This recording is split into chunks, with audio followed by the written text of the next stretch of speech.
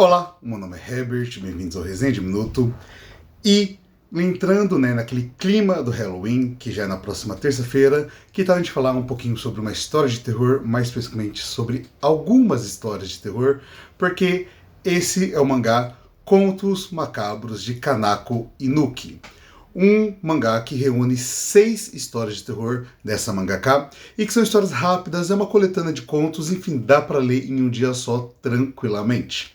Então, já se inscreve aí no canal se não for inscrito ou inscrita, deixa aquele like para fortalecer o trabalho, bem como, se você gosta de literatura fantástica, suspense policial e terror, conheça os meus livros, o link está na descrição. Vamos lá.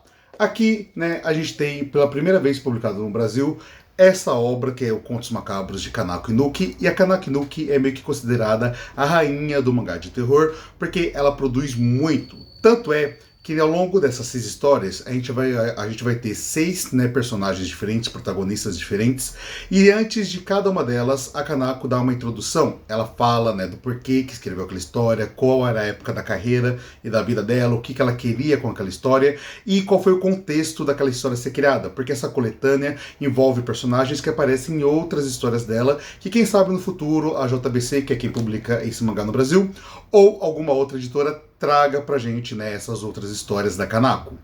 Dito isso, essas 6 histórias que a gente tem aqui funcionam? Bom, como eu falei, as histórias funcionam de maneira independente. São contos super rapidinhos, em torno de 15 a 20 páginas cada um deles, e você não tem tantas explicações para o que acontece, são mais situações bizarras, macabras, como diz o próprio título da obra.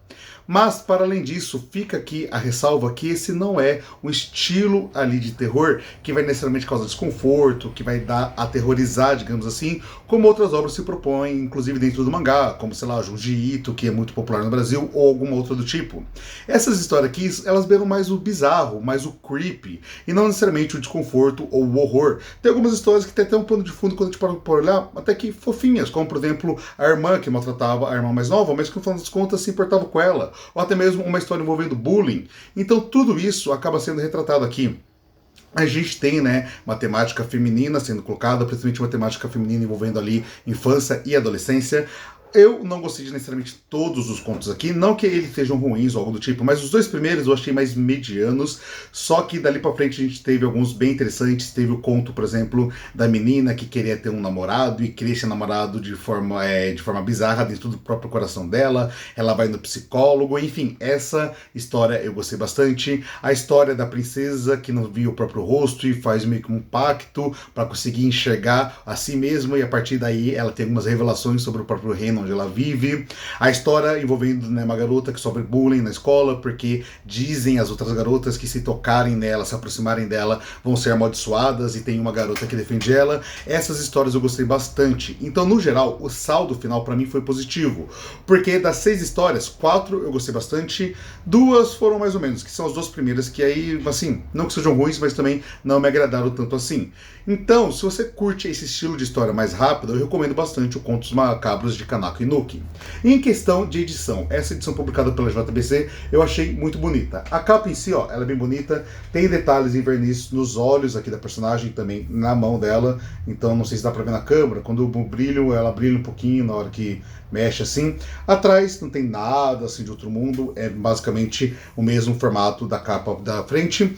E dentro eu gostei bastante da diagramação. Ela tem detalhes assim na contracapa, tem uma espécie de glossário no início mostrando um pouquinho das características dos personagens, mas sinceramente isso não faz muita diferença. A diagramação em si é muito bem feita, eu gostei no geral, achei a gramatura da página muito boa, é uma página bem grossa. Tem aqui, como eu falei, toda uma introdução para cada história que vai ser contada. Novamente aqui, mostra ela falando um pouquinho do que vai ser retratado posteriormente. E no final a gente ainda tem, digamos assim, alguns extras. Então acaba sendo uma edição bem completinha para quem quer conhecer a autora. No quesito traço, eu particularmente gostei bastante do traço. da Kanako. Eu acho que é um traço um pouco mais limpo de alguns outros autores que a gente tem. É um traço que dá para identificar bem, mas ainda assim, apesar de ser limpo, não é um demérito porque ele não é simplório, ele tem seus detalhes, ele é rico em detalhes, tem bastante coisa interessante.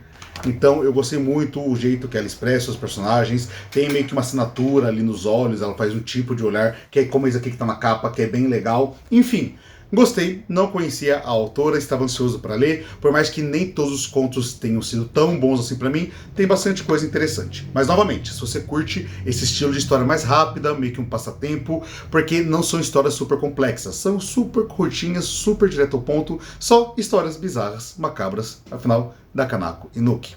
É isso, pessoal, vou ficando por aqui, espero que vocês tenham gostado, fique bem, até a próxima e tchau, tchau.